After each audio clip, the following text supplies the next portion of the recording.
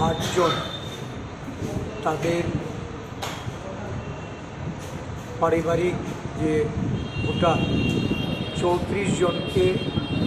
ভারতীয় জাতীয় কংগ্রেস দলে আমরা সামিল করে ওই শান্তিরবাজার বিধানসভা নির্বাচন ক্ষেত্রে আমাদের যারা জাতীয় কংগ্রেসের নেতৃবৃন্দ তাদেরকে কংগ্রেস দলের সাথে কাজ করার এবং সেই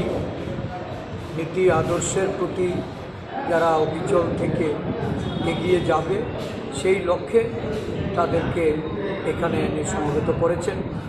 আমি নবাগতদের শুভেচ্ছা অভিনন্দন জ্ঞাপন করছি এবং আগামী দিনে দলকে শক্তিশালী করার জন্য তাদের এই অন্তর্ভুক্তিকে কীভাবে দায়িত্বের সঙ্গে তারা পালন করতে পারে